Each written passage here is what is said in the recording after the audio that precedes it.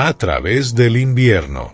Laura y Carlos se conocieron en una tarde lluviosa que parecía insignificante para el resto del mundo, pero que en realidad fue el inicio de todo.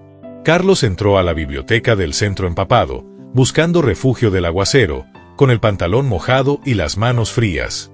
Laura estaba parada frente a los estantes de administración empresarial, tratando de encontrar material para preparar una conferencia que debía presentar al día siguiente.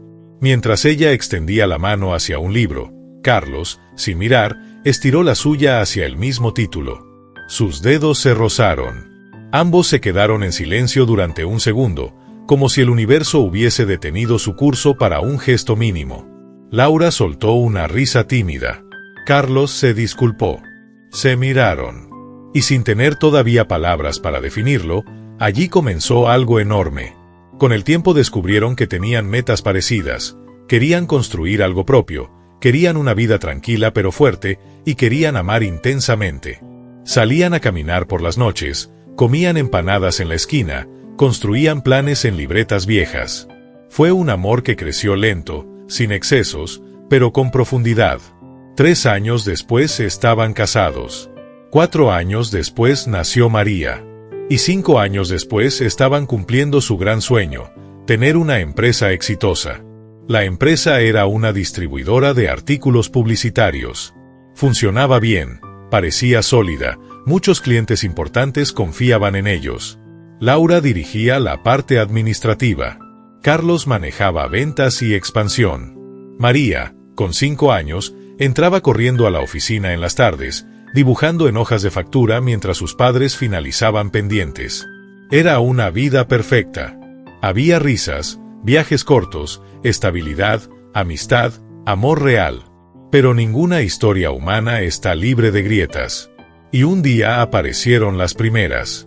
En el mercado ocurrió un cambio brusco, nuevos competidores, inflación, escasez de materiales, aumento en importaciones con precios más bajos. Los clientes comenzaron a cancelar órdenes. Una deuda grande quedó sin pagar. Al principio, creyendo que era algo pasajero, Carlos y Laura respiraron profundo, aplicaron su disciplina y trataron de resistir.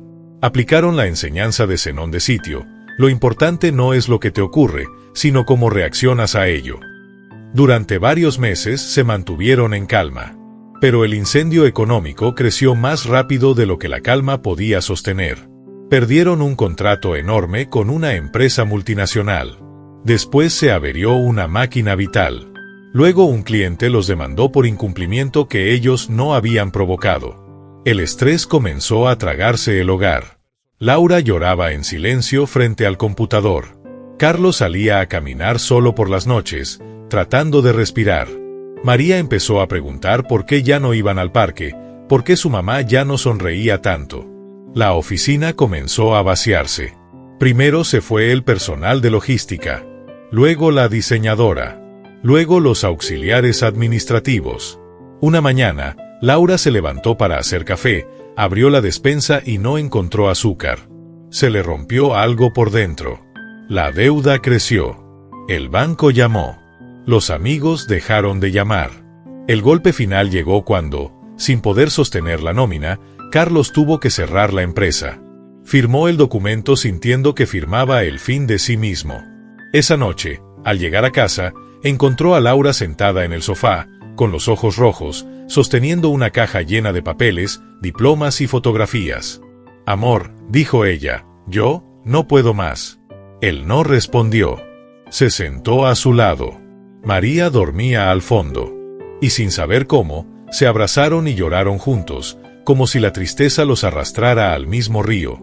Esa semana sintieron que el mundo les había cerrado todas las puertas. No podían pagar el arriendo. Vendieron el carro. Vendieron muebles. Laura empezó a buscar empleo sin éxito. Carlos dejó hojas de vida en cada esquina. Hasta que un día recibió la llamada. Era Andrés, su primo. Desde Canadá. «Carlos, sé por lo que estás pasando. Aquí hay una oportunidad de trabajo. Buena. Dura, pero buena. Si te interesa, yo te ayudo a empezar». Carlos se quedó en silencio. Laura se quedó congelada. No querían separarse. pero tampoco querían ver morir su futuro. Durante semanas discutieron, dormían mal, se culpaban, dudaban, luchaban, hasta que una noche Laura se acercó a la ventana, miró el cielo lleno de nubes y dijo, si esta es la única vía para proteger a nuestra hija, debemos tomarla. Carlos sintió un golpe seco en el pecho, pero asintió. 2 semanas después, con una maleta pequeña y el corazón hecho polvo, se despidió en el aeropuerto. María gritaba, «Papá, no te vayas».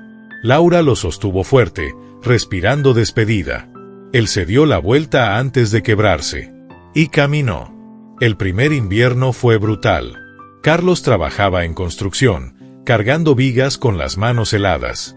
Vivía con miedo constante a fallar, a quedarse sin trabajo, a enfermarse solo. Dormía en un cuarto minúsculo con paredes blancas. Comía pan con sopas enlatadas. Laura, en casa, vivía otro tipo de invierno. Intentaba mantener la casa ordenada, apoyar a María en el colegio, buscar empleo. Muchas noches abría la nevera casi vacía y pensaba, no puedo fallar. Con el tiempo, la distancia comenzó a desgastar el amor. Las videollamadas eran cada vez más cortas. Había silencios tensos, palabras duras, noches sin respuestas. Una madrugada Laura recibió un mensaje de Carlos. Hoy casi me resbalo del andamio. Pensé que moría. Estoy cansado, amor. Laura, con lágrimas silenciosas, respondió, te necesito vivo. Te necesito aquí. Carlos apagó el celular. Y lloró. Pero, en medio de todo, algo empezó a germinar. Carlos, por recomendación de un compañero canadiense, aplicó a un puesto administrativo dentro de la empresa. Lo llamaron a entrevista. Temblaba de miedo. Pasó noches sin dormir. Y fue aceptado. El sueldo mejoró. Sus días comenzaron a ser más dignos. Su autoestima volvió a respirar. Mientras tanto, Laura logró reunir clientes independientes. Comenzó a trabajar como consultora. Recuperó parte de su fuerza. Se levantaba temprano, hacía ejercicio, caminaba, estudiaba. Cada día reconstruía una parte de sí. María creció con resiliencia. Aprendió a extrañar sin destruirse. 2 años más tarde, Carlos obtuvo la residencia y el derecho oficial a pedir a Laura y a María. Cuando recibió la noticia, se sentó en un parque cubierto de nieve. Tachó el calendario. Respiró profundamente. Y escribió a Laura. Amor, ya pueden venir. Laura dejó caer el celular. María la abrazó. Las dos lloraron. Empacaron maletas. Dejaron la casa vacía. Subieron al avión con miedo y esperanza mezcladas. Cuando llegaron al aeropuerto en Canadá, Carlos estaba allí, esperando detrás de la puerta. En cuanto Laura y María lo vieron, corrieron hacia él. El abrazo fue eterno. Fue reencuentro. Fue alivio. Fue resistencia hecha carne. Carlos respiró el aroma del cabello de su hija. Laura lo besó con fuerza. Habían sobrevivido. Y así, juntos otra vez, empezaron la verdadera historia. La historia en la que aprendieron a vivir en otro país, a amar de nuevo, a sanar la distancia, a construir amistades nuevas, a enfrentar nuevas incertidumbres, a buscar un propósito más grande que solo ganarse la vida. Pero justo aquí, cuando la unión vuelve a nacer, cuando la alegría empuja al dolor, cuando el invierno deja de doler. El primer año viviendo juntos en Canadá fue hermoso y duro. La ilusión del reencuentro convivía con una realidad fría, literal y emocional. A pesar del amor, había silencios incómodos, momentos en los que no sabían cómo hablar de todo lo que habían guardado durante aquellos 2 años separados. Cada uno había vivido heridas internas. Carlos todavía soñaba con caídas desde andamios. Laura todavía despertaba pensando que él no volvería. María, aunque feliz, tenía miedo constante a perder aquel equilibrio recién recuperado. Pero lograron construir una rutina armoniosa. Carlos se levantaba temprano para ir a la empresa. Estaba subiendo posiciones, poco a poco, demostrando disciplina y carácter. Sus jefes confiaban en su integridad, y varios compañeros lo veían como un ejemplo de esfuerzo silencioso. Laura empezó a estudiar inglés. Tomaba clases por las noches, mientras María dibujaba en una mesa pequeña junto a ella. A veces Laura lloraba sin que nadie la viera, sintiendo que el idioma la hacía sentirse invisible en las calles, pero cada día se esforzaba más. Cada día recordaba una frase inspirada en Zenón que Carlos repetía: no podemos controlar el viento, pero sí ajustar las velas. Sin embargo, detrás de ese avance lento, apareció la primera sombra real. Carlos comenzó a trabajar demasiadas horas. Llegaba tarde, exhausto, y a veces sin energía para conversar. Laura empezó a sentirse sola otra vez, pero ahora no había distancia física para culpar, era emocional. Una noche, mientras cenaban, Laura dijo con voz suave pero firme: siento que estoy aquí y no estoy contigo. Carlos dejó los cubiertos. Tragó saliva. No sabía cómo responder. Él también sentía miedo. Sentía la presión de mantener el hogar, pagar la renta, ser el proveedor principal y cumplir con la empresa que lo había salvado.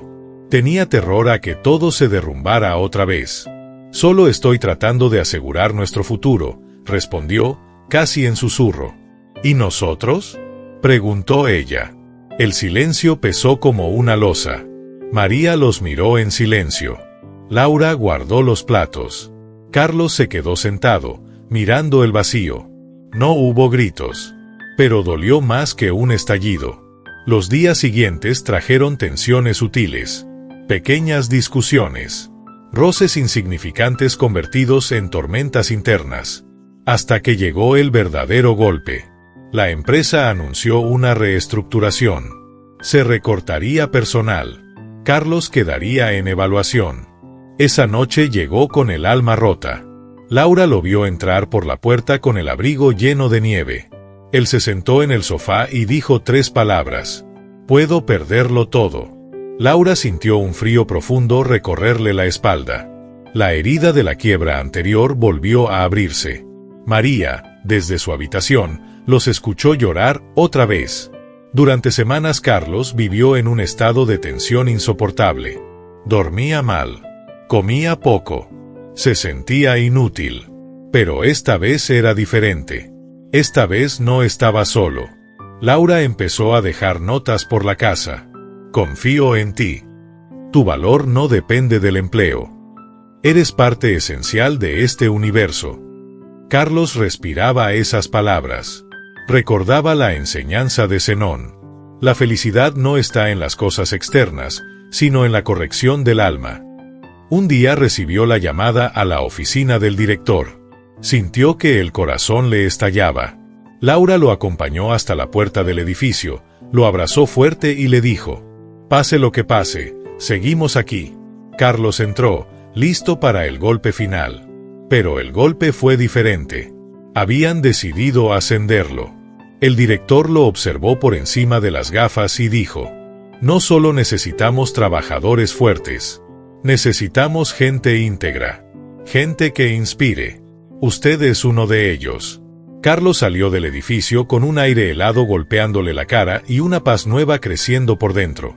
Caminó rápido hacia donde Laura esperaba en un café cercano. Ella levantó la mirada. Antes de hablar, él sonrió. Y ella lloró. El ascenso trajo estabilidad. Y con esa estabilidad, algo nuevo brotó. La posibilidad de soñar otra vez. Laura decidió retomar su visión emprendedora. Comenzó a diseñar un proyecto, consultoría bilingüe para pequeños negocios latinoamericanos en Canadá. Carlos se convirtió en su apoyo.